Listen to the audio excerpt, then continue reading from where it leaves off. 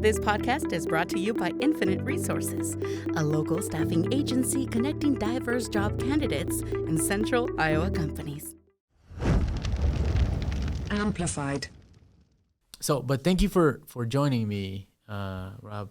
One of the things I'll jump right into one of the first points that I in the last 7 to 10 years, I've been learning how much Latino I don't know what word to use. Imprint, is that a good word to use? Like, I thought, I came here in the mid 90s, and then I thought that's how that's when we all got here. We all got here.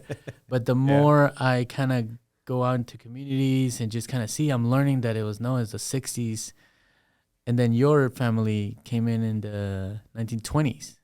Yeah. So first of all, thank you for the invitation. It's an honor to come and talk with you. So it's funny you bring that up.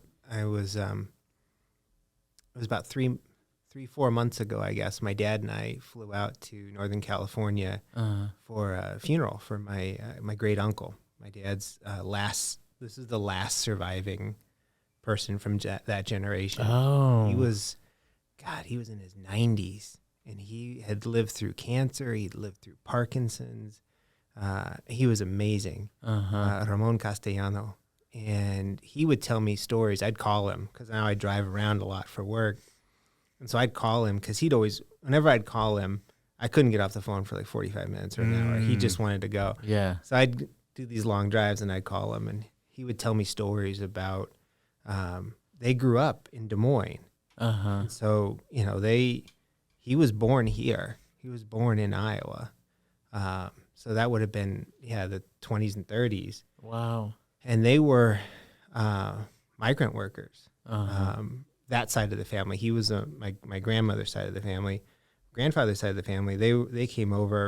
And as best as I understand it, and I don't know about you, but like Mexican history, man, we don't necessarily keep the closest records, Yeah. But they were down in the Valley Junction area loading and unloading freight a lot. And so that, I think, is kind of the genesis, not just my family, right? There are a lot of families, but of the Latino community in Iowa. And it goes back now. I mean, we're talking 100 years. Right. Yeah. And I thought it was, mid 90s to now, which is still a long time ago.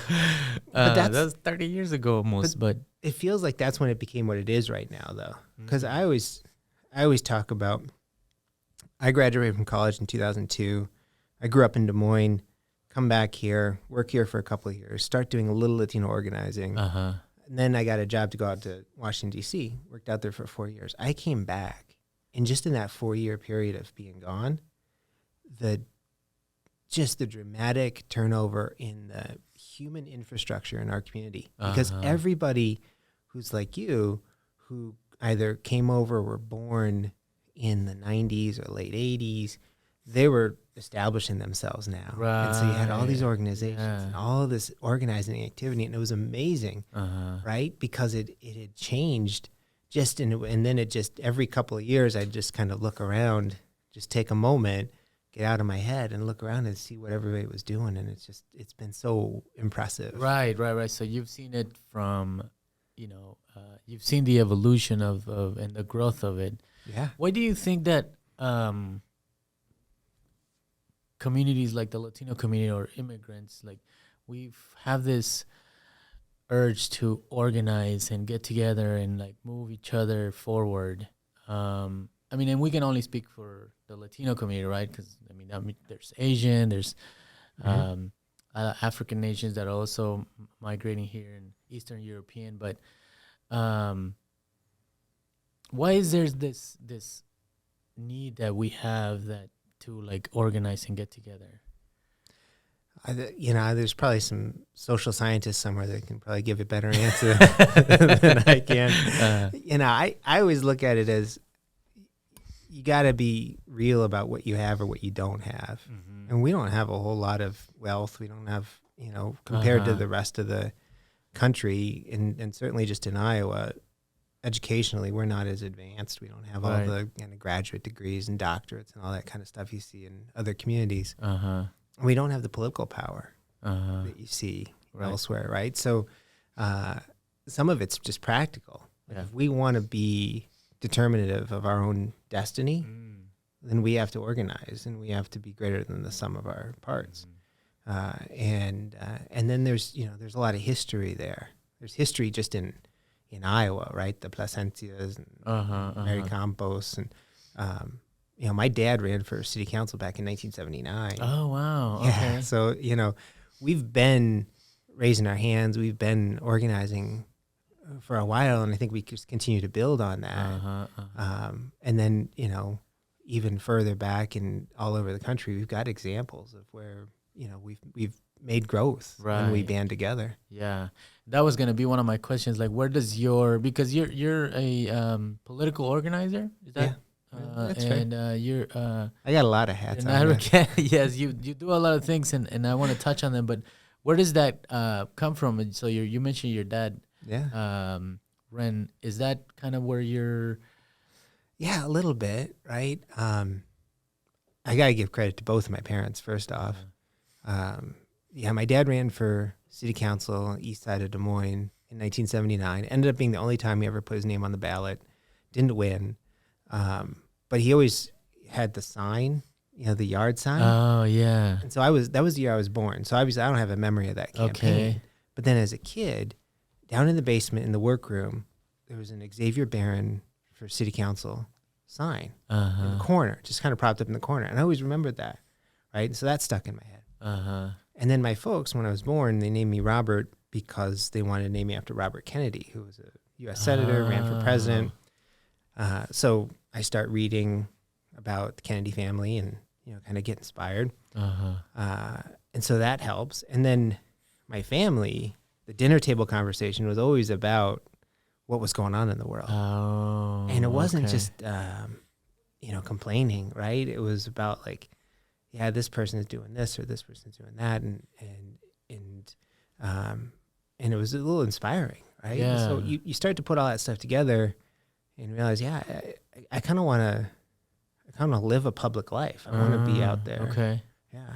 Did you at early age kind of knew your path, or did you have some? Because like some people in college, they change majors and stuff like that. Yeah. I asked Angela Jackson, and I asked her when she decided that she was going to be a lawyer, and she said at age 4. She's like, I had my mind made up at age 4. I'm like, whoa, that's very early. But did you also have that, or like when did? Because you're in the political realm. Yeah. I guess the short answer is yeah, probably early on.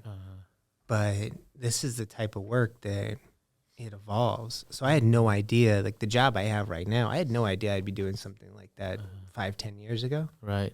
I didn't even know that field existed, right? So now I work with a bunch of colleges, 50 of them, in Iowa and Minnesota, focused on community engagement and civic engagement. So getting their students out in the community, building partnerships with community organizations. I didn't even know that field was around 10 years ago when I was working in the Senate. So it evolves. I knew I think I wanted to be involved I probably would have said politics, and now I would say public service, because I think public service is a more honest way of describing it. And I would say I still am and probably always will be. Right. Yeah. It's like a calling, right? I mean, I know it could sound cheesy or, tacky, but it is a bit of a calling. I mean, there's a bit of you feel like obligated to kind of serve. Yeah. Obligation is part of it. I've been pretty lucky. My folks, they raised a pretty good household. My sister and I were pretty successful. And so I always felt like, there's some expectation. And so that's always been there. But then it is kind of a calling too, right? Because, it's not easy work. And it's the type of stuff that draws on nights and weekends sometimes. So it's not, I guess it's not just a calling for me, but my wife's got to be down with it too. Because we got a couple little ones at home. And, Yeah, because and I guess we'll jump into one of the items that we talked about on our first call was that you kind of recruit people to run for office, specifically Latinos. Yeah. So, can you tell me a little bit about how that works? How long have you been doing it, and what made you get into it? Yeah, sure. So, it would have been 2013. I was working for the person I got my first job out of college for, Tom Harkin, who was a U.S. Senator in Iowa for a number of years. And I was running his offices in Iowa, and he announced he was retiring at the end of 2014. He was retiring, and so we were driving home one night from somewhere way out in Iowa, and he was like, "Well, what are you gonna do next?" And I was like, "I don't know. It was a year and a half away from his retirement. I was like, I'm just gonna, turn out the lights here and figure it out after that." He's like, "Well, you got to run for office." I was like, "Well, I thought about it, but I'm a Democrat, and there's everything's blocked up and where I am." So he starts running through all these offices. Well, who's got this one? Who's got? Oh yeah, they're good. He'd be like, he starts ticking them off. I was like, yeah. And then he's like, "Well, you should run for school board." Oh, I see. I was like, well, and one of the jobs I'd had for him was education policy for 4 years out in Washington. So I was really into it and really cared about schools, and it occurred to me after a little bit, that's where, if I was going to run for office, that's probably where I would start, because that was the stuff that motivated me. So I ended up putting my name on the ballot 2 months before Election Day for a citywide school board seat in Des Moines. Oh. Yeah. Ran against 2 incumbents, the city PTA president, and I got in. And at that point in time, and I made it a point in the campaign to make it clear that I was the first Latino that ever got elected in the city of Des Moines to anything, ever. Oh, wow. I know, and it was crazy. It was 2013, and we'd been having people on the ballot year over year over year from our community, and we just couldn't get anybody in. Your dad? My dad, going back, 35 years. So I got in, and it was great, right?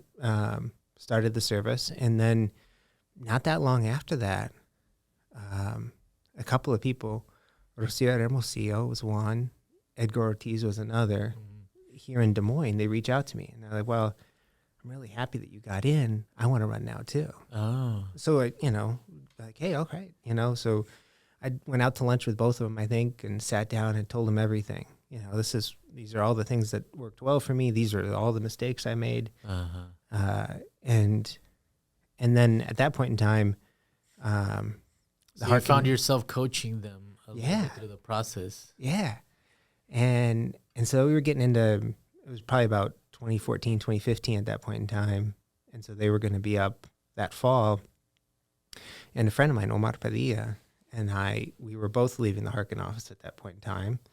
And I saw a commercial for something called Ready to Run. And it's a program that Iowa State University has. And they work with women that want to run for office. And I was like, somebody should do that in our community. And then literally the next thought was, I could do that. Maybe I could do it, yeah. So I called Omar, and we started kind of figuring out what it would look like. And it ended up being a nonprofit that we started that's been going now for 8 years. It's called the Latino Political Network. Oh, okay. And so we mentor and coach Latinos that want to run for office all over the state. We connect them. Nobody was even keeping a list of what Latino elected officials, what there were in the state of Iowa before we started doing this. So we have that. We publish it on the website so everybody can go and find these folks. Because a lot of people, Marshalltown, for instance, Marshalltown's only ever elected one Latina in its history. Marshalltown's 35% Latino population, and it has been for years, right? Yes. Only ever elected one person from our community. She's the only one there. she shouldn't ever have to feel like she's the only one, though. Right. Because, there's a school board member in Sioux City, there's a school board member in West Liberty, you name it. They also, the only one, they should be able to connect with each other, right? Right. And somebody just had to kind of build those pathways. Yeah, and there's always got to be that first person that goes through it and is like, do this and then don't do this. But there's a lot of don't do this in our first campaign. So there's a. You also mentioned, so you were the first one in 2013. I was, yeah. And then now you said there's about, give me the number so I'm not wrong. Yeah, well, just in Des Moines, there have been, I think there's currently one, and I think there have been 4 or 5 just since 2013. But then statewide, when we got started doing this, I think there were maybe 8 Latino elected officials. Now there's 30. Yes, and then so everybody looks at that and says, "Wow, that's awesome." And then you said, "But there's over 7,000 elected offices." Yeah, so in Iowa. That's kind of where you say there's still a lot of work that needs to be. The way I look at it is, I'll be satisfied when representation equals or exceeds the percentage of the population. So in Iowa, the Latino community is about 7%. So if we had 7% of those 7,000 offices, we'd have 500 Latino elected officials. So it'd be a lot different, right? Yes. And it's not just about our community either. That's the thing I go and talk to people about. Everybody should care about this, right? Because you want your elected officials to represent the community as best as they possibly can. Right. They're going to have better conversations. They're going to make better decisions. You want them to be, they can't represent everybody, right? They can't have all that lived experience in a 5-person or 7-person city council, but you want to have it as covered as much as you can, because then you're going to have people making decisions that are more holistic of the community that they Yes, so that serves the interest of that. At least there's a voice on the table that can say, well, no, not. Yeah. Let's not push this because it'll affect our community in certain ways. Right. And that is that kind of how it evolved into what is now the Iowa Latinx Project. Did that kind of came out of that as well? Can you tell me a little bit about that? Yeah, sure. So I was thinking about it this morning. I think the genesis of the Latinx Project is about 4 years ago, maybe more than that. And there was probably 3 of us really that came together and had the early idea. And it was myself, it was Don Oropesa from Alexito, and then it was Erica Johnson, who was working for American Friends and now does Iowa Movement for Migrant Justice. And for me, the idea for this Latinx project came because, in part because of the school board, I would get asked to be on different boards and foundations and things like that. And it was usually the only Latino that was in those rooms. And one of them, Community Foundation, every year at the start of a grant making, they would send out this list of all of these different reports. United Way does a report, and this organization, that organization says these are the needs of the community. They would send that I was on the kind of the grant making committee, and they'd say, okay, we'll read all of these, and then we'll come back, we'll have a conversation about where we want to put money. I'm talking hundreds of thousands of dollars here. And one of the reports that was on there is called One Iowa, or One Economy, One Economy, just focused on the African American community. Right, yes. When did that one come out? That's been out for about 5 or 6 years, I think. The first one came out. I remember when it came out. I went to Drake, and they announced it. It was fantastic, and it's really meaningful. But I'm sitting here at the table, I'm like, well, where's our report? Right? There's more of us. We're younger. We're growing faster. And that always kind of stuck with me. And it took a while, right? And then I call up Dawn, and we just have conversations, and she'd been thinking the same thing. And Erica was thinking the same thing independently. So the 3 of us came together, started talking it out. We ended up going then to get some money from Community Foundation and from Mid-Iowa Health Foundation. And they kind of put the seed money in to be able to start this project. And so the focus of it is and was initially, we just have to come up with a report that puts on paper our story, our community story, Right. so that then we can advocate off of it, say, well, we need X, Y, and Z policy because the data shows. Right. And the folks that sit in those boardrooms can look at it and say, well, yeah, we definitely need to put some money here because of whatever that report says. And so that's kind of where it started, and then where it grew to, that really ties it back to what I'm trying to do with the LPN, is to really kind of successfully create this report. We had to have people that could do the data stuff, and so that's where the money was spent, and we raised money and hired people that did an amazing job pulling all that together and putting it on display. But we needed people that can inform the project. Right. And so instead of just kind of calling the usual suspects, we really thoughtfully sat down and tried to think of people that represented different walks of life in Iowa, different professions, and kind of assembled this group that met 3 or 4 times throughout the process to kind of inform the data, to talk about the priorities for the report, and then to pull together more people to come in and be focus groups that can inform and react to the data. And so what was amazing about that is then you had Junior Ibarra, who's, realty, connecting with Frank Young Dunn, who's City of Des Moines city planner, and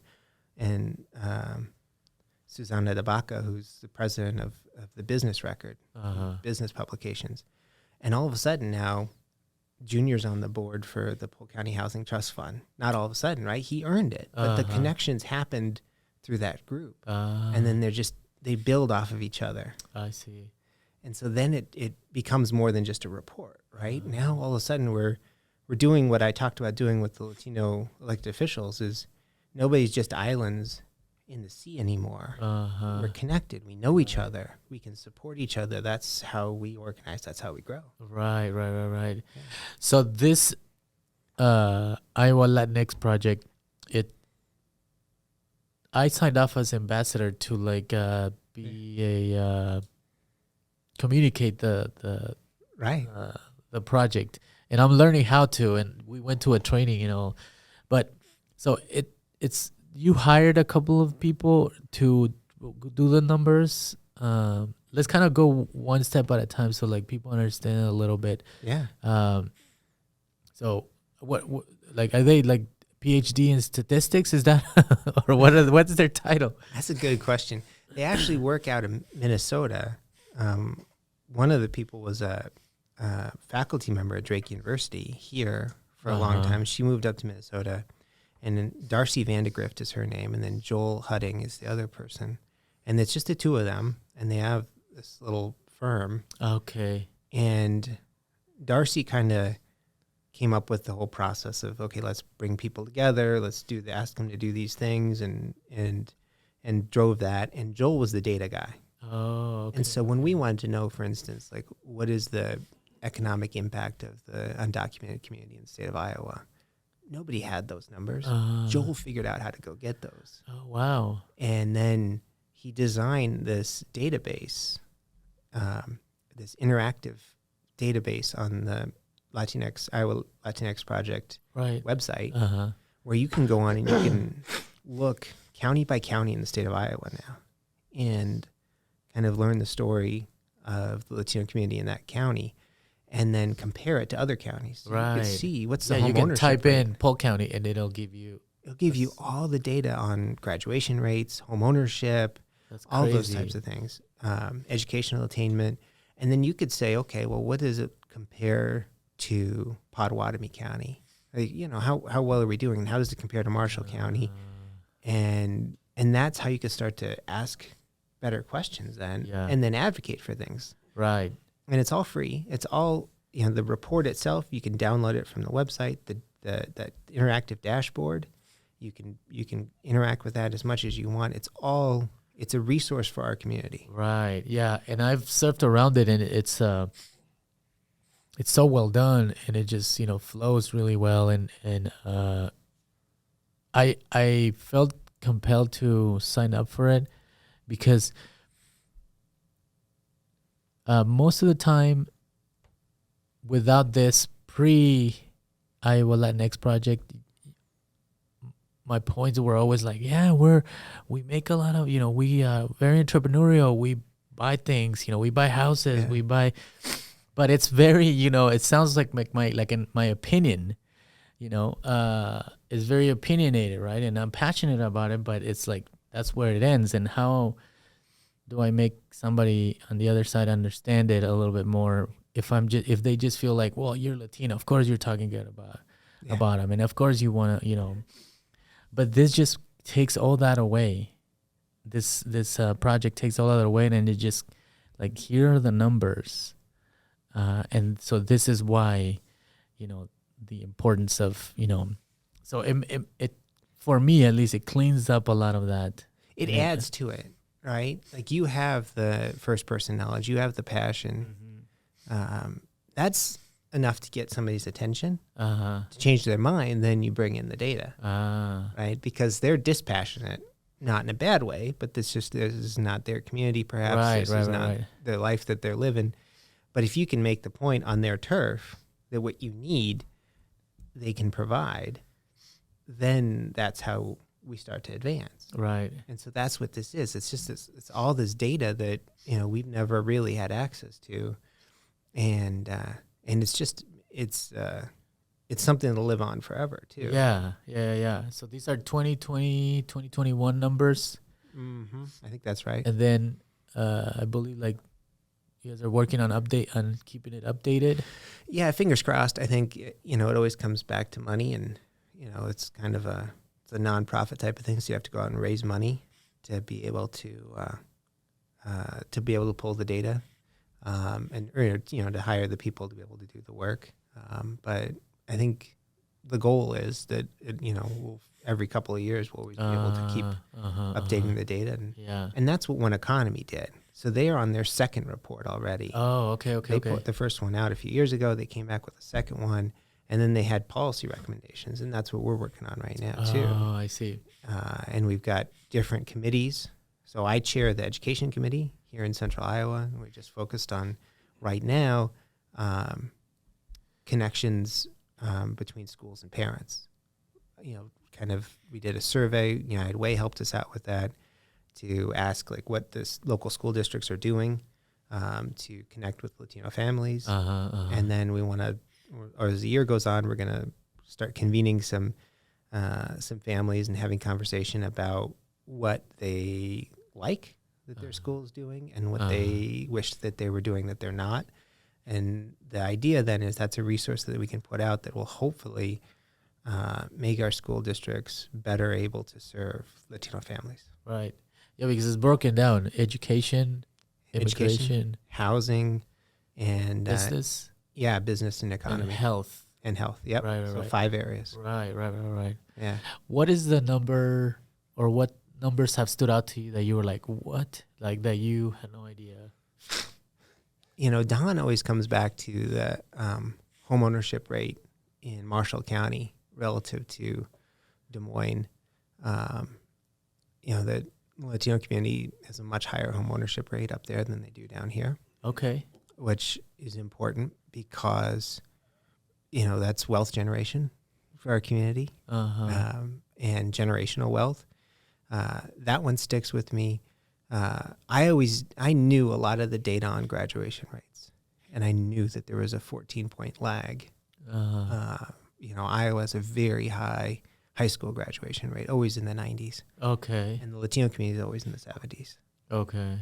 And so I knew that, and it was nice to see it highlighted, and have more conversation about the choices that families are making and how schools are serving students, because we're only growing. I think I want to say, I always look at it this way: the more micro-targeted you get, the more it doubles. What am I talking about? in the state, about 7% of the population is Latino. Okay. In Des Moines, it's about 15%, so it doubles. In the school district, in the Des Moines Public School District, it's 30%. 30% of the kids in the 30,000 student Des Moines Public School District are Latino. So it's the future. Like, this is the future of the whole state right now, is how well we serve those kids. Right. Our kids. Right. Right. And so, it can't be us that just are shouting and caring about it. Everybody else has got to be bought in. Right. Right. I'm curious to know the Perry. I grew up in Perry, so Yeah. I showed up in Perry and I was a freshman, and it was I think it was like 9 of us, and 2 of them were my sisters. So it was, and I don't know if it happened, but in my mind, it's just like us, standing and just watching this, 98%. Culture shock. Yeah. Because we came from California, Guatemala to California. California is very diverse, even in the 90s, Yeah. So, but when we came here to Perry, Iowa, it was like 98% white or 99 or something. And I've seen, Perry evolve into. So I'm curious to see how much the percentage of the Latino community is there, or Marshalltown, for example. Yeah, Marshalltown. I would dare to say it's 50%. It's a lot of Latinos now in those small towns. It is. I say 35 a lot with Marshalltown. I think that might be a little dated. Might be higher than that now. Perry's always been about that 30 to 40%. Oh, okay. Which is high. Yeah, it is. Denison's about 50%. Storm Lake is 35, 40. Wow. Hampton, West Liberty, those are also in that 25% and more of the population. And it just keeps growing. It'll continue to grow. Yeah, I think so, because, our families are moving into these communities for work, right? Largely for agricultural or meatpacking. Right. And then other businesses are trailing. Uh-huh. So you drive down Main Street in Denison, you drive down Main Street in Storm Lake or Marshalltown, and you see just as many Latino-owned businesses as anything else, right? And those communities wouldn't be there without them. Right. And then we're staying, right? Like, this is the thing that always kills me about policymakers in the state of Iowa is, they wring their hands about the decline of the rural communities in small towns. And that's absolutely, population bears that out. There's only like 5 or 6 counties per year that actually grow. Everybody else is losing people. Uh-huh. But we are going to a lot of these communities and putting down roots. Uh-huh. And yet some of those same folks that wring their hands about the state of rural Iowa are the same people that are antagonistic to our community. Yeah. It's so conflicting. It is. To their own, point. Yeah. I lost the question, but so we were talking about the impact. Okay, so this is it. It was more of a point, Latinos also, we stick around our family. We stay closer to family too. We don't fly. We're not really. A good chunk of us is not really looking to get away or go somewhere else. And I tell this to somebody, and I've started to realize this myself. Is people that want to go and go to college somewhere else or just move out of the state because they want to go somewhere else because they've been here all their life. They want to go somewhere else, right? And I'm like, I'm already somewhere else. I came thousands of miles from where I supposed to be, right? And then my second place was California, and then now I'm here. So me wanting to leave, that urge is not there because I'm already somewhere else from where we were, and so we stick around more around our family, and therefore, so one can make an argument that Latinos did save some of those dying towns in Iowa. Oh, absolutely. Yeah, absolutely. And, the way I would look at it is we chose to be here, right? Uh-huh. A lot of those first and second generation families, they came here of their own volition. They chose to come here and they chose to stay here. Right. I'm I've chosen to stay, right? But I'm 4th generation in. But I did the thing. I went out to the East Coast. I worked out there for 4 years. I came back. We bought a house. We're here. We're rooted here. We're not going anywhere. Folks that have been here and arrived within the last 25, 30 years chose to come to stay in Iowa. And I talk to candidates all the time, and it comes up a lot. Well, I'm running for city council, and I'm running against somebody who their family's been here for generations, right? And I just moved here 5 years ago, and how do I deal with that? I mean, it's a very common kind of issue, especially in our community, but for a lot of candidates. And the point I always make is you chose to come here. Don't run away from that. Right. You chose to move here. And then not only that, you chose to move here, and you're doubling down on that by raising your hand to run for public office. Right. That is an asset. And that's gonna drive people to support you. And that's just in a political campaign, let alone just the choices that thousands of us have made the last generation or two. Yeah. So the Latinx project helps you make a point of, or at least this is how I see it, helps you make a point with numbers, but it should help people understand that it translates into dollars. It translates into the economy. It will affect the economy in whichever way it goes, right? Yeah. And that's where I see that it's important, at least from my side, on the business side. Cities, for example, or towns, they're always wanting more people to move in. They want more talent to move in. They want more business to be built. They want more houses to be bought, right? So all of this, this is what a city needs, right? To continue more taxpayers, right? And like you said earlier, that drives you crazy how politicians are antagonistic to some of this in a cultural sense, but in the numbers, it doesn't. It goes against the numbers contradict what they're saying. So I don't know if there's a question there, but for me, I was at a panel, and I knew I wasn't gonna get invited again, so I was like, "Okay, I'm doing it." We've all been there. So I said, there's over 4,500 Latino-owned businesses in Iowa. In central Iowa, there's over 1,500 Latino-owned businesses in Iowa. And we're contributing, I believe, $6 billion into the economy, somewhere around there. So I was like, we're not a charity case. No. This is a good business decision for you to,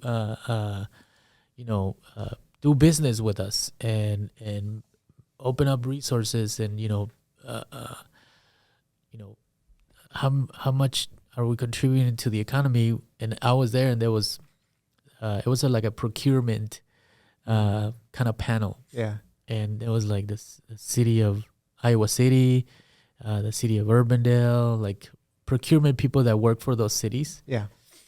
And I was like, we're not a charity case. These numbers show you that it will translate into more dollars into the city that you represent. Well, we're the future, right? We're the future. And, the point I would build off of that is, and I'm going to shout back to that dashboard that's on the Iowa Latinx Project website. That dashboard, you can flip a switch and you could see the economic impact it would make if every undocumented immigrant, not just Latinos, were naturalized or had legal status. And immediately that adds millions of dollars every year to local economies all over the state. And so that's the whole, shooting yourself in the foot type of thing right here, right? Every state legislator, all these people that was talking about, oh, we have to grow the economy. We have to grow the economy. Jobs, jobs, jobs. Right. Right. And there's thousands of us that are working every day and paying taxes that they're paying into things like Social Security that they're not going to receive. Right. That if they had full legal status, and if we had better pathways for them to use graduate degrees that they bring with them from other countries, right, then you could really grow this economy. Then you would have more people that are able to earn at a higher rate, buy into their communities more, invest even more in their homes and stay and put down those roots so that these communities, whether they're the Des Moines or the Iowa cities of the world or the Storm Lakes and Hamptons of the world, they're gonna continue to grow and get stronger. That's and that dashboard tells that story very clearly. Yeah, but not to get too political, but maybe we should, since you're the Hey. I mean, this is a political hot tamale. You're like, to some politicians, it's good for it to be broken too, right? Like the immigration system, right? Yeah. It's This is not a conspiracy theory. No. I mean, if you can run every year off of an issue, you don't need it to ever be fixed, because you could just continue to run your campaign off of the good or the bad out of it. And the reality is the solution's not going to satisfy anybody when it actually comes. Right. Because you can't. The country's too divided on it to really get 100% of what anybody wants. But I mean, Jesus, we've been talking about this for 20 years, 40 years really, since the last time that there was a kind of a meaningful, like an amnesty. Yeah. And so, I mean, the point of the Latinx Project is to marshal some of that data so that more of us can then go out and make that argument. Because I don't have to be the only one and I'm never going to be the only one. I'm not the one that has the lived experience. There's plenty of others in our community that are going to be even better messengers than I am. And now they have all this data to make their argument even more persuasive. How do you... Well, this project and all these numbers help, but how do you answer to somebody when they say, why does everything have to be about race? Maybe is that too broad of a question? But that's an argument on the other side. It is. Like, why does everything have to be? What's your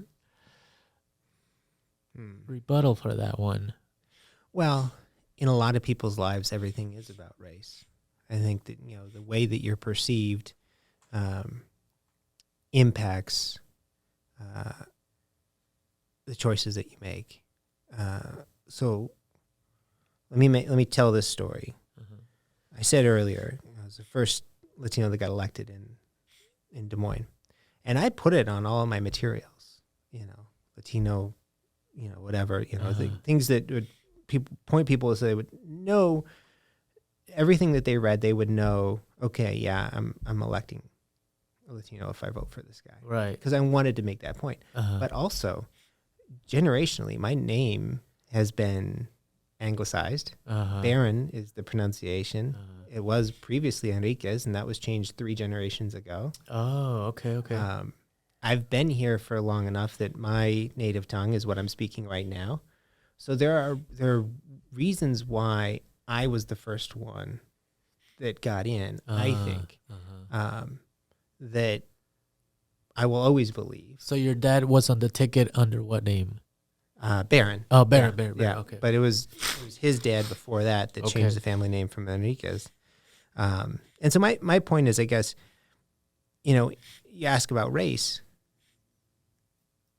I present more neutral to a lot of folks. I also dress like this all the time too.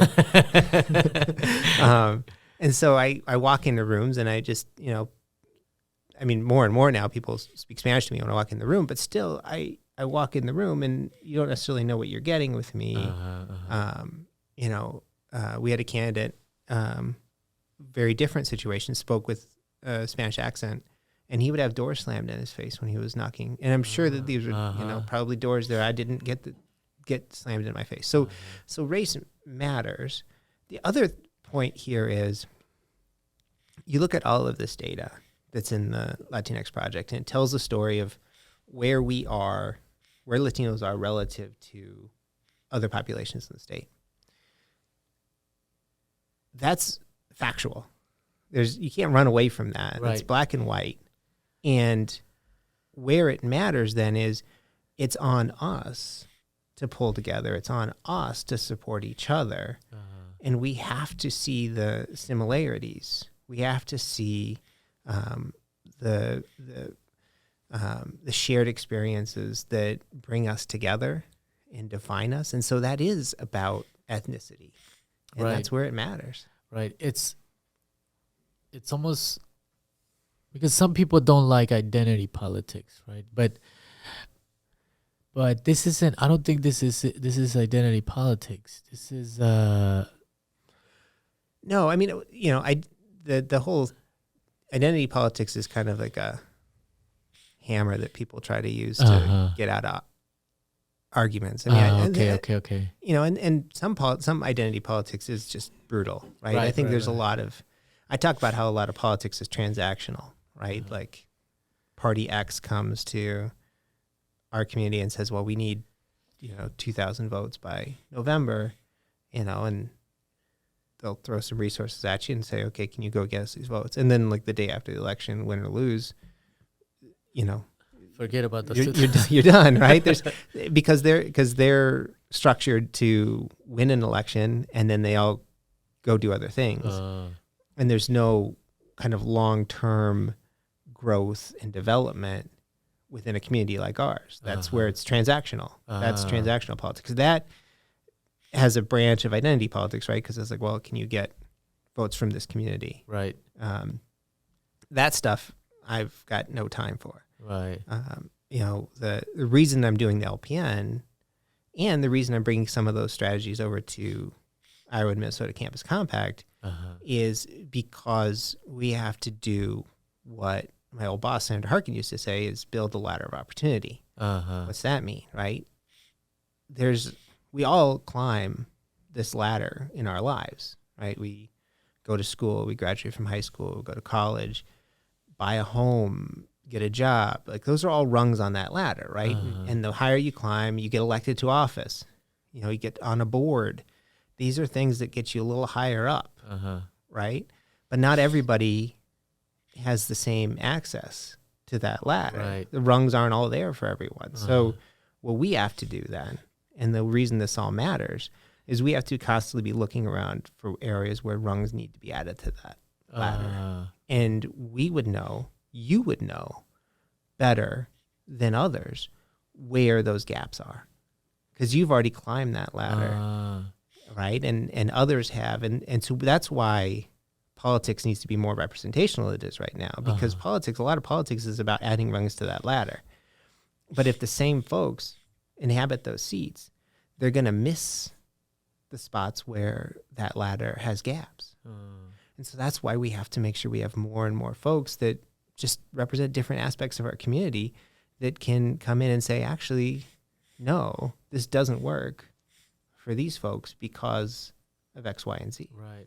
And I don't think people understand. I mean, just circling or moving back a little bit to your point of like your last name evolved or changed. Yeah. And that's a reality for a lot of people that they feel the need that it needs to happen in order for more opportunities to open up. Yeah. Because, I mean, I could say, AMNER Martin or something, like it kind of more palatable, I guess, or, but then it feels like you're abandoning something of your own identity, right? But some people, like your grandfather, had to do that. Do you guys talk about that? Like, within your family, you don't have to talk about it, but like there was a big decision, right? There was a decision. That's another one that's kind of lost to history, unfortunately. So I don't really know why, and my dad doesn't know why. And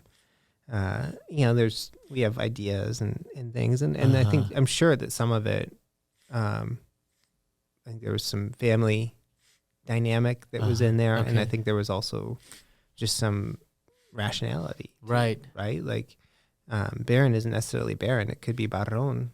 I didn't grow up knowing that or thinking that, right? It was Barron 60, 70 years ago.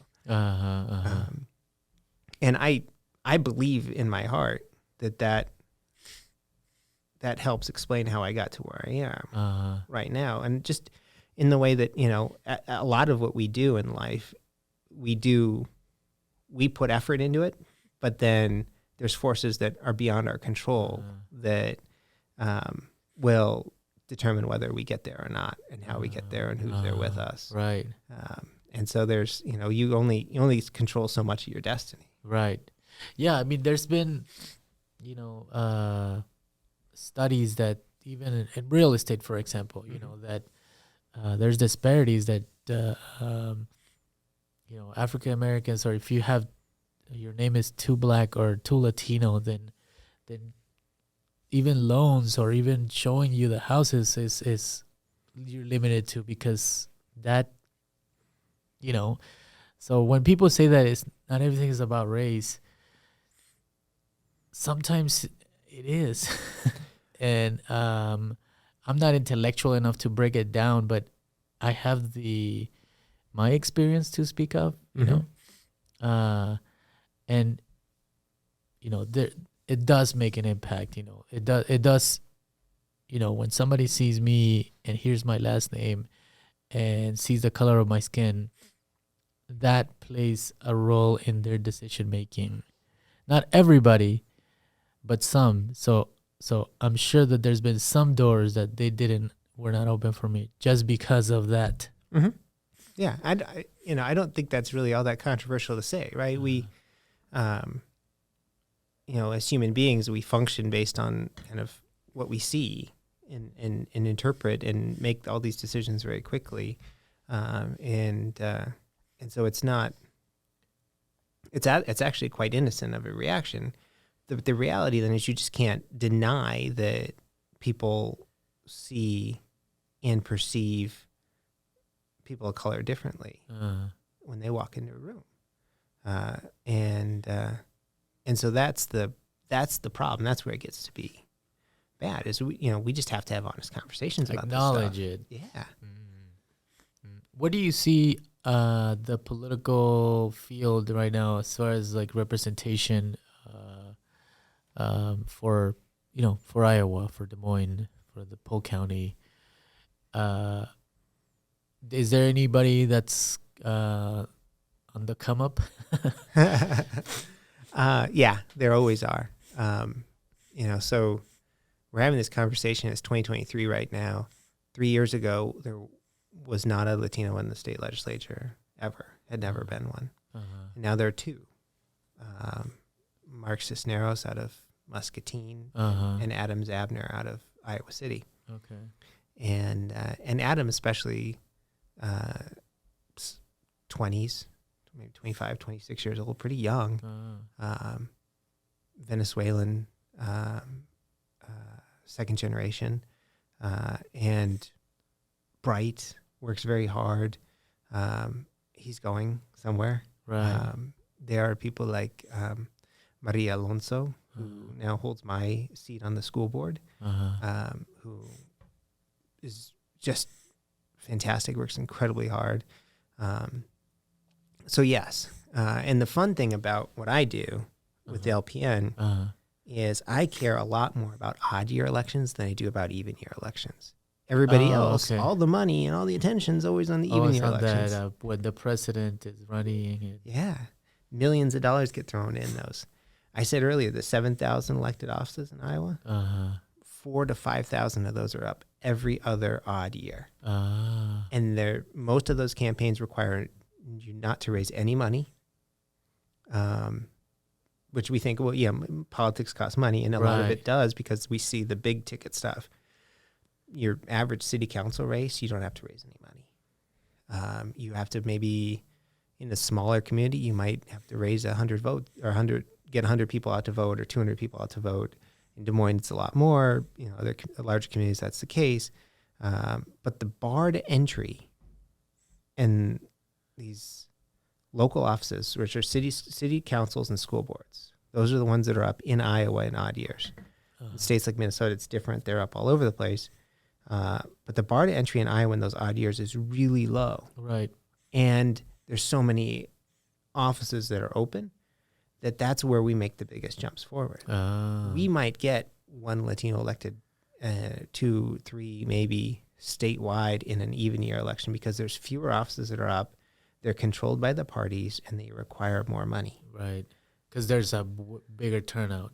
There's a bigger turnout and there's expectations. So like the state legislature, that Adam and Mark, that if they want to run and be a candidate, they have an expectation from each one of their parties that they raise usually something in like the $20,000 range if they're going to be a candidate. Otherwise, they don't get the support of the party, and you know, to get to that point in you have to be able to win a primary, which it's when I ran for school board, I got 100 signatures and turned them in, and I got on the ballot.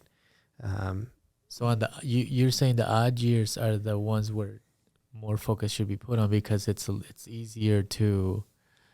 It's easier to get in, and then once you're in, then you learn if you like it, if it fits you.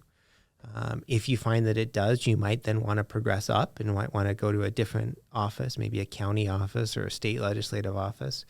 And then once you're in, you could do things like what I did, which is make an intentional decision to find someone in our community to run when I left. You know, it's about that legacy, right? And being intentional in terms of who's going to follow you when you leave, which is another aspect of this, which, you know, we're so young in this and we're trying to get people in. I think a lot about how do we make sure that you lay the groundwork so that there's someone from the community that's able to step in when you leave. Yeah. So this is going to be an even year coming up. This is it. Well, so we're in an odd year right now. Okay. So you'll have, you know, thousands of school board. I mean, there's 2,000 school board right now, seats. 2023? 2023. Yeah, in November, we can all go vote in November wherever you are, and you'll have an opportunity to go vote. And you still have an opportunity to be a candidate, actually, because you don't have to file your paperwork to be a school board or city council candidate until September, and it's early August right now. So I would plug that first. If you have any interest or you know anyone with any interest, to call me. Maybe we could put contact information. Sure, yeah, on we'll put all the links and stuff, so make sure that they know. Everything I do with the LPN is free. I don't charge people. I just want to make sure that they have the information they need to run. But then so there's 2,000 school board seats in the state of Iowa, so half of them are up every year. So there's 1,000 school board seats up across the state. Wow. Every community, there's going to be a school board seat. There's 5,000 city council seats in the entire state. Easily half of those or more are going to be up. So you're talking about 2,500, 3,000 seats. All of these spots are open. Now, listen, some people run, for re-election, and, there's not necessarily going to be somebody everywhere, but the more places that we can get people on the ballot, the more opportunities we have to win. Let's do a 101 right now. So do you have to be a U.S. citizen to run for city council? You do. You have to be born? Not born, no. You could be a naturalized citizen. As long as you're eligible to vote, you're eligible to be on a ballot. Oh, maybe I'll run. Yeah. There you go. Well, let's flip that 101 around. So what are the first two things that I always ask every potential candidate? Yeah. I say, is your family behind you? Do they understand what your getting yourself into. Right. Not just for the campaign, but then for the service, because the service could be 4 years. You could be committing yourself to. And I learned this the hard way. My son was born the same year that I got on the school board. And my wife and I had to figure that out, and it wasn't easy. But you have to, and what I like to do is I like to connect people with other Latinos that are on school boards and other communities, so that they can ask those questions. Well, what is the time commitment like? Right. So do you know, is your family, do they understand what you're buying into? And the other question is, do you know what you're buying? Do you know that the office that you're running for affords you the opportunity to make the change you want to make? Because we all want to run for something because we want to fix something, right? You got to make sure that you're running for the right spot. And so we have those types of conversations. If the answer is yes, then we get you going. We get your plan going and work with you. Okay. So you don't have to be naturalized citizen. Naturalized citizen for city council, school board. School board, same. Everything basically. Yeah. Okay. Yeah, and you just 18. Just as long as you're eligible to vote wherever you want to run. So, if you're watching this in Perry, you want to run for office in Perry, you just have to be an eligible voter in Perry. Are you registered to vote right now? If you are, then you can put your name on the ballot. And then there's these things called signature requirements, where you have to go out, you print out these sheets of paper, and they have 25 lines on them, and you have to have people. You basically write on the top, Rob Barron, running for school board, and you go around and you ask people to sign your petition, and you have to get at least 100. You usually always go for 150 or 200 signatures to get your name on the ballot. Okay. They don't have to vote for you. They just have to be registered voters in your community, and they sign it and say, yep, and so you have to go through that step. Okay. You turn that in to your county auditor, and you can get on the ballot. And then you're on the ballot, and then you campaign. And then you campaign, and then you go and you do with a campaign. The first question you have to ask is, how many votes is it going to take for me to win? And you can learn that by looking at the past elections, and then you can say, okay, well, if I have to get 250 votes, how am I going to get those 250 votes? And then you start to plan out your strategy. And What's a county that you're more knowledgeable? Polk County, let's do an example right now. So there's different districts, right, for city council. Sure. Districts or board. They're both districts. Wards. Well, Ward 1, Ward 2. What is that? So for city council in Des Moines, there are wards and there are at-large seats. So there's both. At-large means the whole city can vote for you. Okay. So on the best year that you advise, which is the odd years. Yeah. What is the number of votes that you need to get into a city council for any of the wards here? Oh boy. Okay. Well, just rough numbers. Yeah. It's going to be somewhat dependent on where you're running. So the east side of Des Moines might take a couple thousand votes. Okay. The west side of Des Moines, where more people turn out and vote, even though it's the same number of people, it'll probably take you closer to 10,000 votes. Okay. Maybe. Okay. And so what you do is you say, okay, well, this is the number of votes it's going to take me. That's my win number. I need that plus one. And then you work backwards and you say to yourself, okay, well, I know my wife will vote for me, and my dad will vote for me, right? And I got two, and you literally start that small, right? And in our community, where our asset is there's a lot of Latinos that we could bring in to vote for us that otherwise may not turn out and vote in that election, and so those folks end up becoming the margin. Now, in most communities, you're going to have to connect with more people than the ones that you know, right? Like, I don't know 10,000 people here. And so then you come up with your strategy. Do you say, okay, well, I'm going to go knock doors every night and every weekend until the election. I'll tire myself out, but it'll be, I'll go talk to people, and I can do that. And, when I ran the first time, I raised money so that I could send postcards out to all the people that voted in the last couple elections. And you get that list from the county. It's cost you $50 for the list of people that voted. And you get a list of people that actually go vote. You do. Oh. Yeah. So every county keeps the records of people who voted and all their contact information, and they'll sell it to you for $50 typically. And it comes in an Excel spreadsheet. And then you can go and you can say, okay, well, and so I'm going to go talk to them and see. Those are the people I'm going to go to. But then you also know these people that aren't on that list that I know I can get to vote if they know I'm running. I'm going to talk to them. And that's a different conversation. You don't have to persuade them to vote for you. You just have to educate them on when and how to vote. The other people, you have to persuade them. They don't know you, but they're probably going to vote, right? So you want to go and have that conversation with them. And that's where and then there's ones that don't vote. Yeah. Don't know you, but they could be voters. They could be. Get to know you. And in a local election, that's a hard population to try and win over because you only have so much time. Right. You only have so much energy. It's hard to spend a lot of effort going out and bringing people that aren't otherwise going to vote and don't know you and getting them to vote. That's just being real with it. It feels better to do some of that work because you're broadening the people that are turning out and voting, and you're doing the good work of democracy, and we want to do that. Right. But it's a harder game to win with.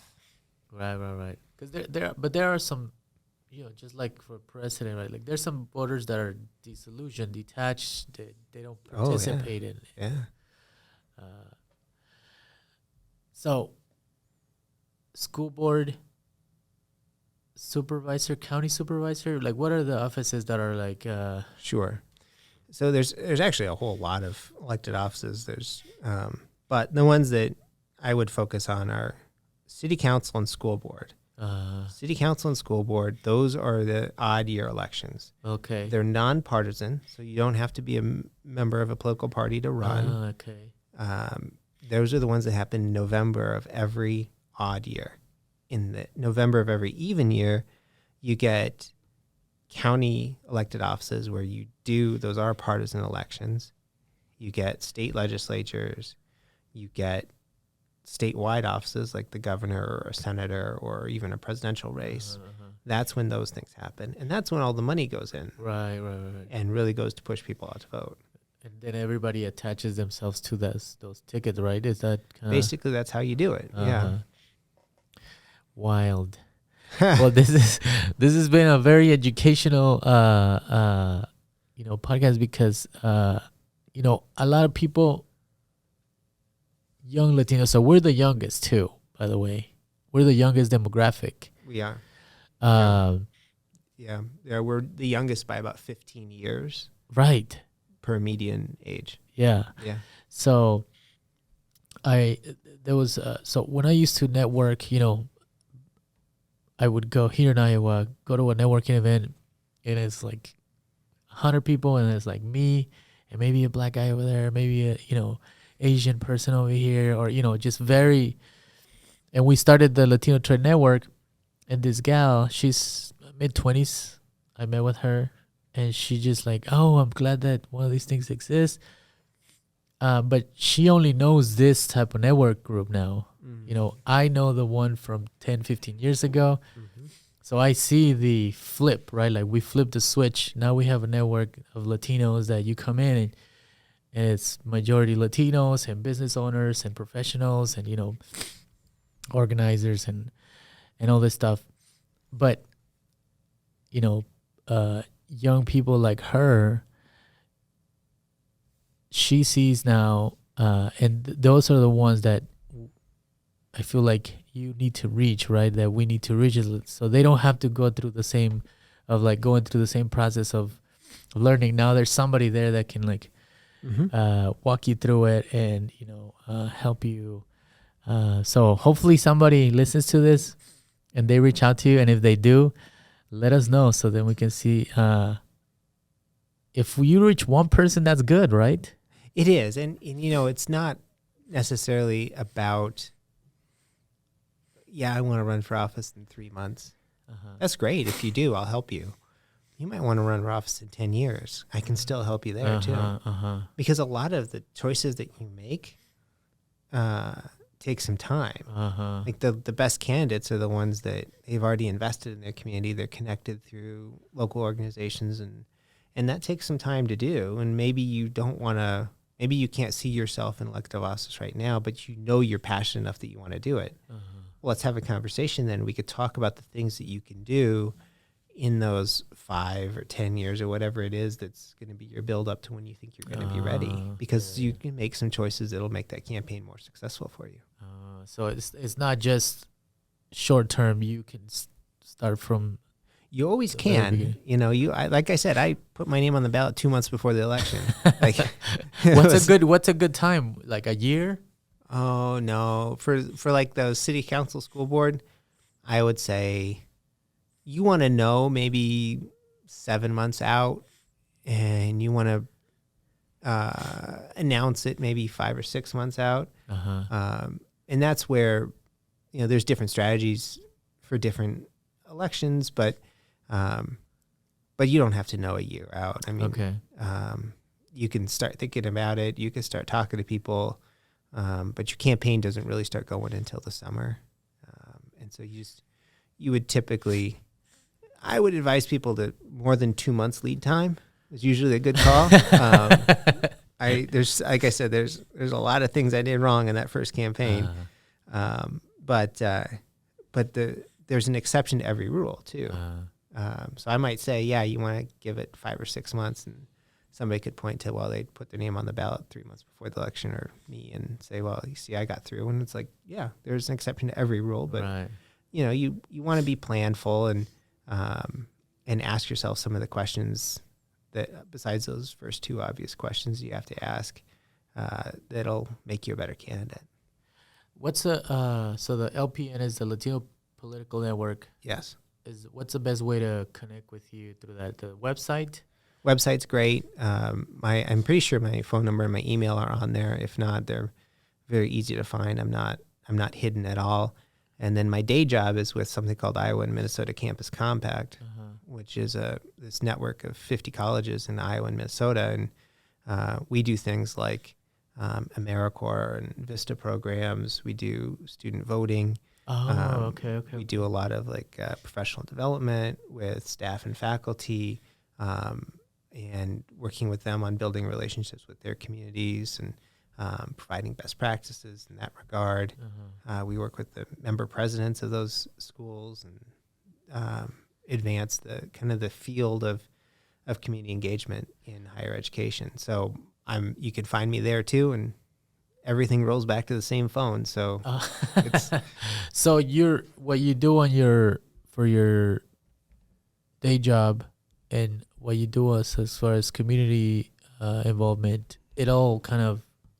I feel like it all connects. You know, you asked me earlier, you know, did you know you wanted to do this early on? And you know, like I said, I don't think I knew that I wanted to do the job that I'm doing right now. I don't think I knew I wanted to do the LPN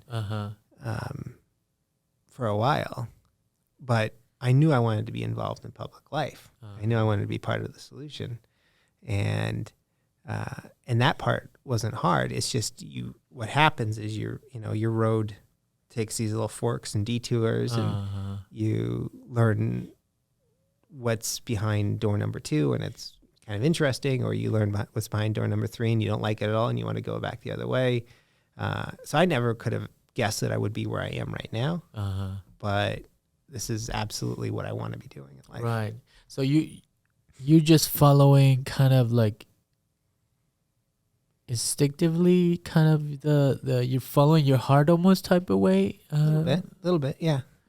I'm fortunate in that regard, right? I get to do work that I love, like whether it's LPN or Campus Compact or Latinx project. Yeah, this is stuff that moves me, that's in my soul, that matters to me, and so not everybody gets that. Right. That type of privilege. Yeah. Yeah, there's such thing as like waking up and just kind of living your life Yeah. right? And then by default, you're creating work that gives you a living. You know what I mean? Like, yeah. Hey, we got kids. I mean, we gotta, right. Somebody told me like you have to monetize your passion. Like it's got more long term, than if you just go by it by passion, and then it'll die off, and it'll, there's no longevity there. Uh, um, so if I want to impact my community, I have to find ways where I can do it for 30 years and not just 5 years and just kind of, So I respect that, because that's kind of how I feel. I just feel like I wake up and then I'm come in here and then just things unfold, and there's decisions and, work and stuff and emails and everything, but it doesn't feel like work. Well, you didn't know you were going to do the Latino Trade Network 5 years ago, did you? No. And, but yet it's exactly where you want to be. Right? Yeah. I mean, it's just, we, and I think that if you have the ability to make your own way and make those choices, then you do need to, you said something I never heard before, but monetize your passion. Find a way to make a living doing the thing that you feel most passionate about. Right. Yeah. Right. What advice would you give to somebody that's, 18? There's people that are very ready for a city council office or something to 25, like somebody that may be a young Rav Barron. I would tell them, give me a call. I'll always take your call, and I'll be happy to talk to you. I would tell them, don't be afraid to just do things. Take a job or volunteer for a campaign. Don't be afraid to do those things. I think a lot of folks that I talk to that are kind of in that early college graduate, they're a little worried about which decision that they should make, because they fear that they're going to make the wrong decision. But, when I was 22, I didn't have a mortgage. I didn't have a wife. I didn't have kids. Like I could erase the chalkboard. Yeah. And it's easier to look back now and make that realization than it is when you're in the moment. You're like, well, God, what do I remember I had an opportunity to take a job out in DC, and I passed on it because I wanted to stay with the person I was dating, who's I've now been married to for 18 years. And then a year later, we went out to DC together, and it worked out well. Well, I probably sweated over that more than I should have. Right? Made the right decision in the end, but